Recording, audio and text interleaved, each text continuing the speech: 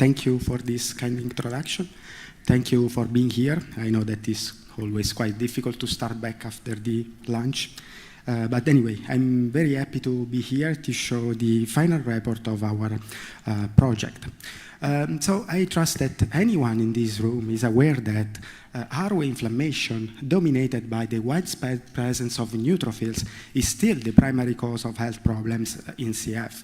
But despite that, anti-inflammatory treatments such as ibuprofen, despite providing some clinical benefits, are still limited in their use due to potential long-term side effects. In addition, although more recent data show that highly effective modulator therapies could reduce some inflammatory parameters, others are not affected, thus indicating that novel therapeutic approach to treat CF inflammation are still needed also in the highly effective modulator era.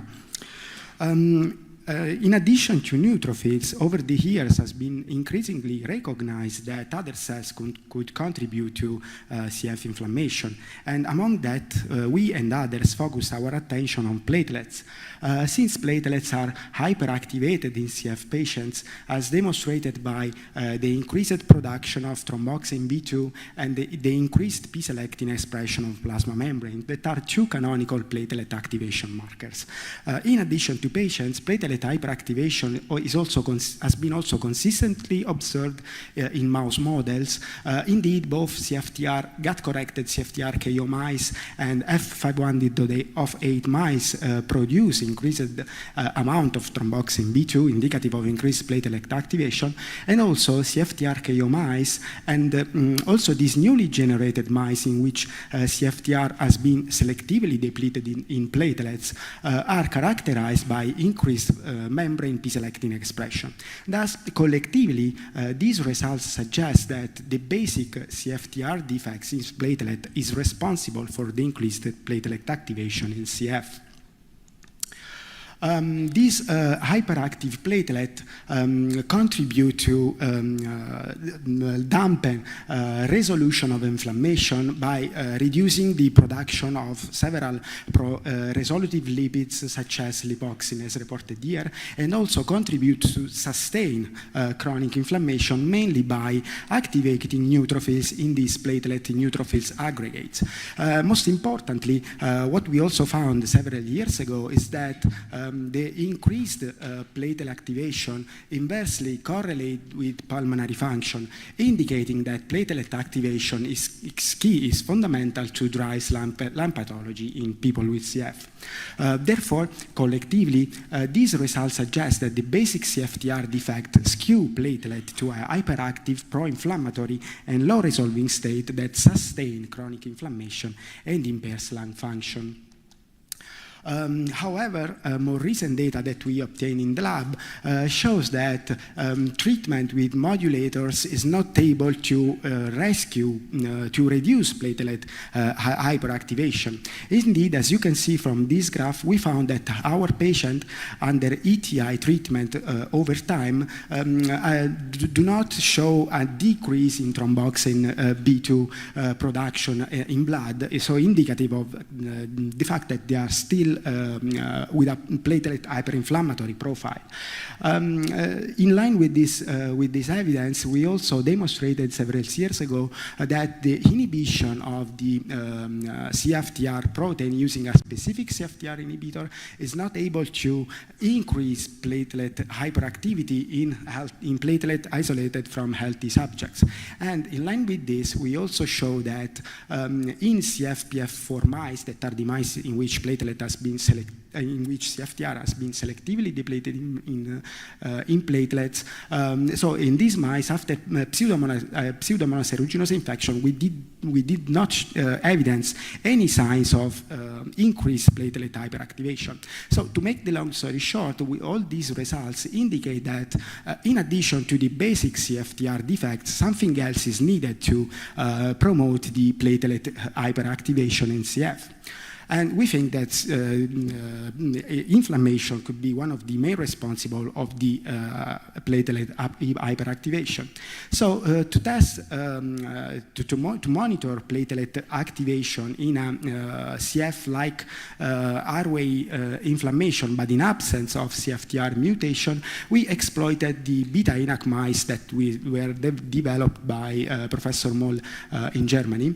And in these mice, the overexpression of the sodium channel ENaC is able, in the airways, is able to recapitulate some features of the CF lung pathology that we also observed in patients such as chronic inflammation due to mucus plugging and neutrophils recruitment.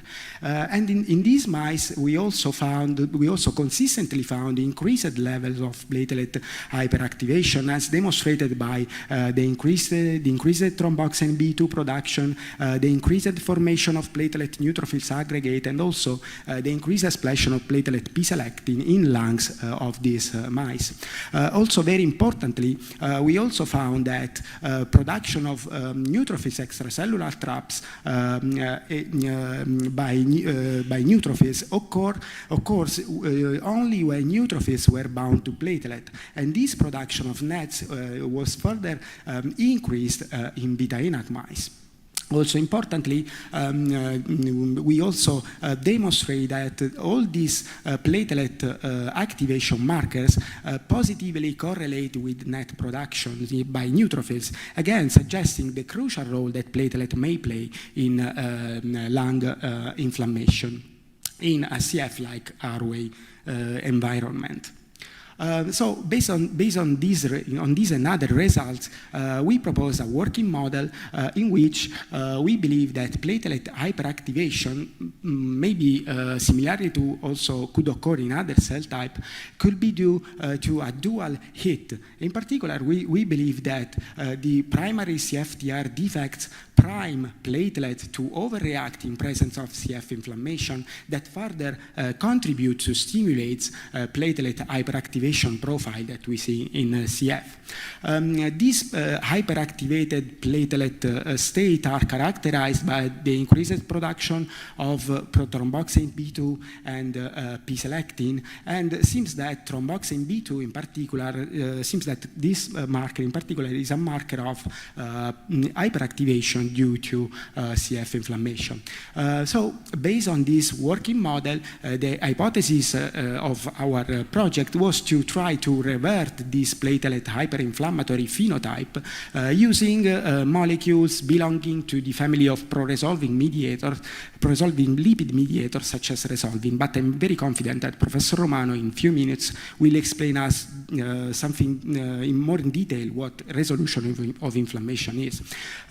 For this moment, we just want to analyze if resolvins could be able to reduce platelet activation, and to do that we perform a very simple ex vivo model using purified platelet from CF volunteers and exposed to a number of resolvin after several canonical pro-inflammatory stimuli. So as you can see from this graph, what we found in this screening experiment, we identified two resolvins, in particular resolvin D3 and resolvin E1, that were able to reduce thromboxane B2 production by platelets, so they are reducing platelet activation following arachidonic acid stimulation, but also following exposure with a Pseudomonas aeruginosa clinica strain. Also importantly, we found that resolvin D3 and also resolvin E1 were able to reduce platelet activation in resting platelets, so in absence of any kind of stimulus. Thus, these results collectively indicate resolvin D3 in particular, but also resolvin E1 as a putative antiplatelet molecule in CF. Next, we repeated the same kind of experiment by using platelet purified from healthy volunteers. And what we found that in these conditions, so with healthy platelet, resolvin D3 and resolvin E1 failed to reduce thromboxane production, both in healthy platelet and in healthy platelet exposed to a specific CFTR inhibitor. So collectively, these results suggest that only CF platelets carry specific defects that could be corrected by resolving, and we believe that these defects are independent of the CFTR mutation and maybe are probably due to other factors such as, of course, a CFTR-dependent inflammation. In line with this hypothesis, we also found that CFPF4 mice, so mice without CFTR in platelet, in these mice, resolving D3 exposure is not able to reduce thromboxane production in mice challenged with Pseudomonas aeruginosa. And consistently, we also found that treatment with resolving is unable to reduce platelet activation in beta-ENaC mice, so in mice with a CF-like inflammation. But consistently with our hypothesis, what we found that resolving exposure to resolving D3 with a single dose of resolving D3 3 hours post Pseudomonas aeruginosa infection was able to reduce thromboxane production the day after, so this is an acute infection, only in CFTR KO mice, but not in wild-type mice. Thus, these results to us corroborate our hypothesis that resolving D3 is able to reduce platelet activation due to the combined action of CFTR absence and CF-related inflammation sustained by multiple cell types.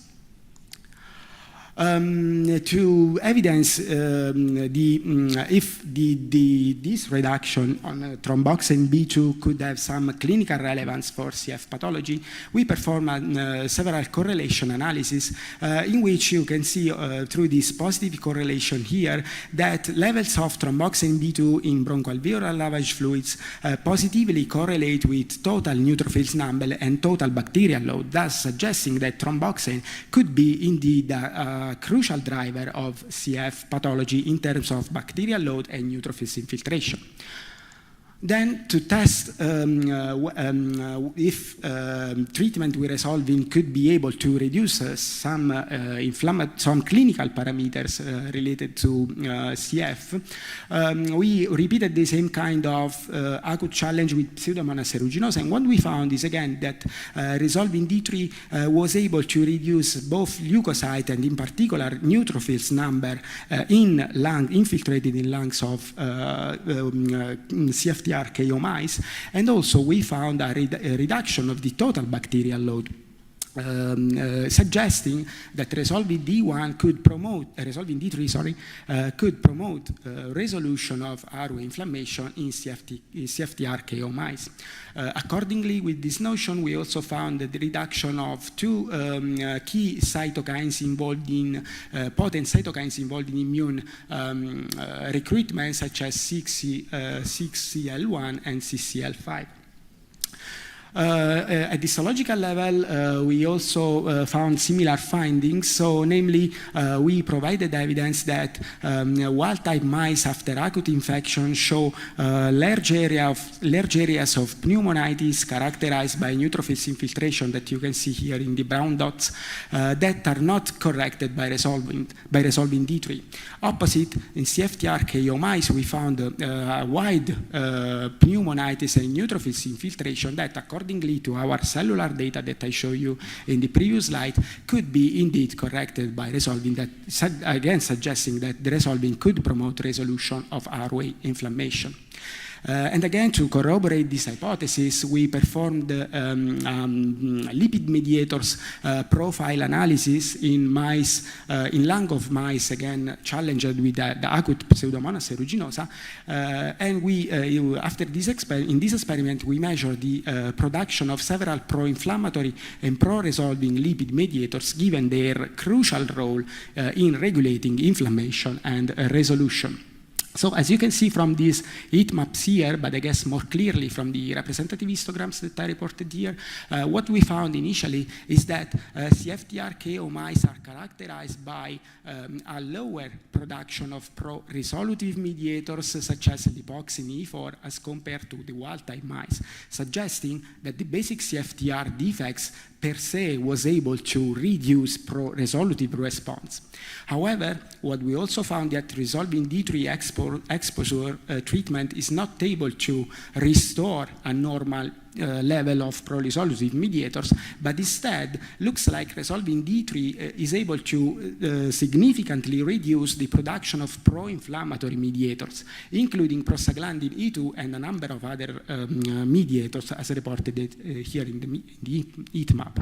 So, in summary, what I'm trying to say is that resolving D3 in CFTR-KO mice was able to restore the abnormal ratio of pro-inflammatory versus pro-resolutive mediators, shifting the inflammatory response toward resolution, as exemplified by the principal component analysis that I reported here.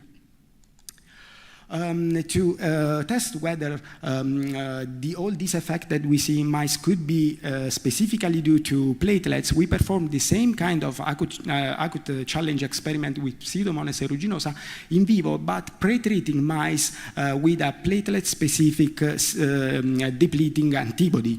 And as you can see here from the representative flow cytometric dot plot, what we saw is that the antibody works very well because it almost completely deplete circulating platelet from treated mice, but not platelet infiltrated in the lung.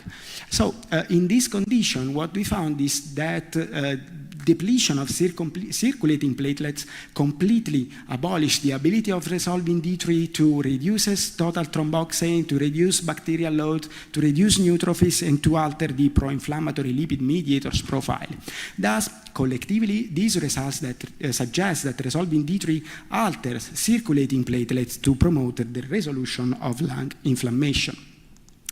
Again, to further corroborate these results and also to understand how platelet could modulate the immune inflammatory response, we perform a proteomic analysis ex vivo using platelet purified from healthy NCF volunteers.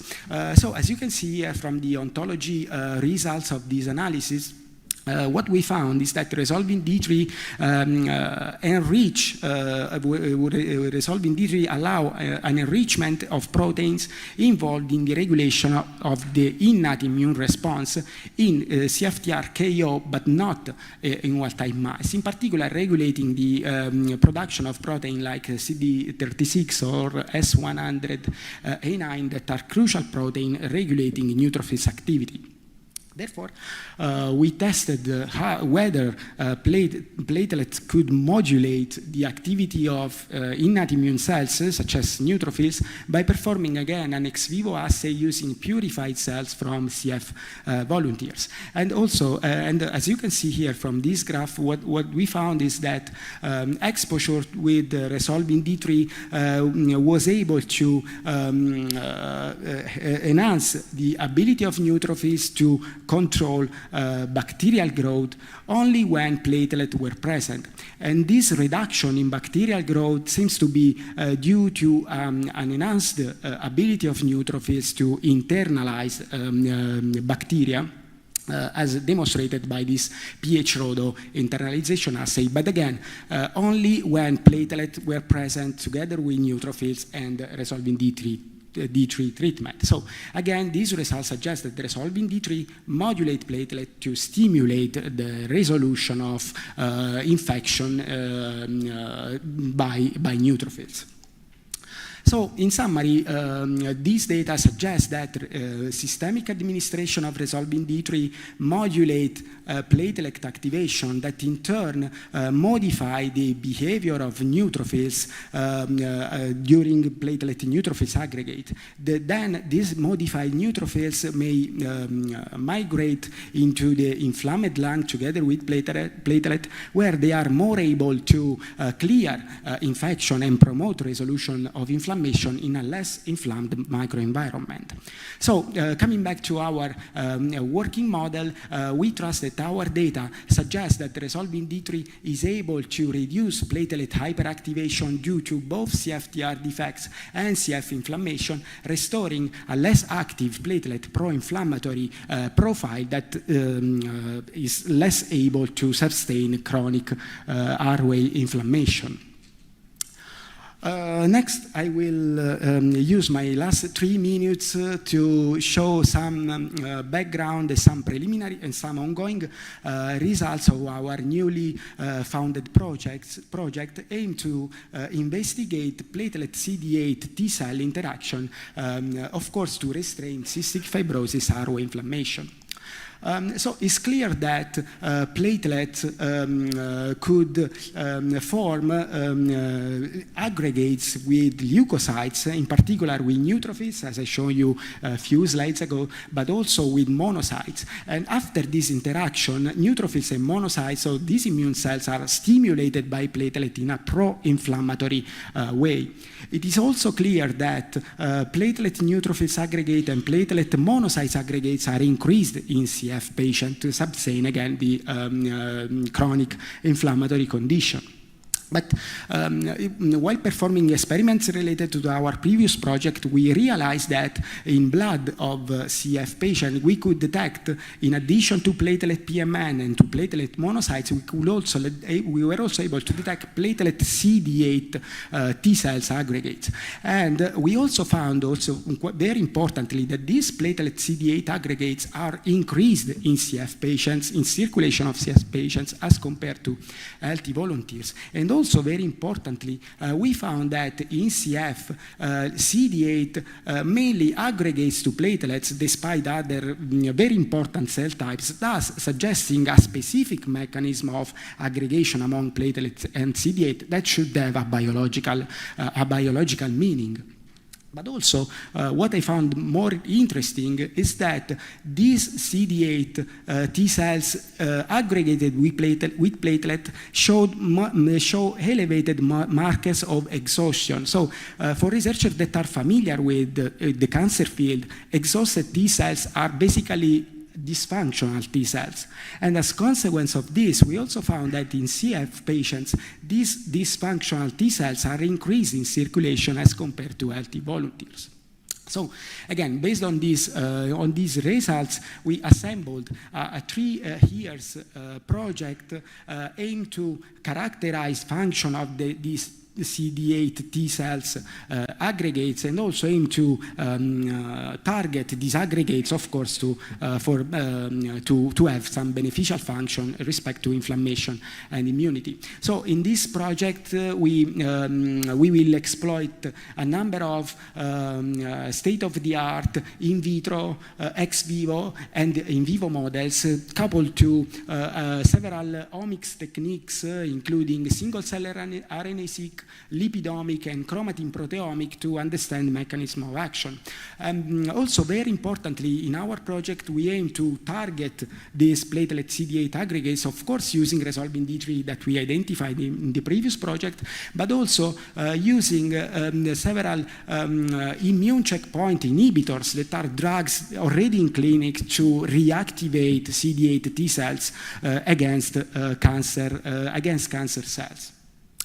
Let me, of course, finish this presentation by acknowledging all the people that are involved in these 2 projects, in particular Simona, that is our very talented PhD student that you can meet at Poster 38, that together with Maria and also other components of the groups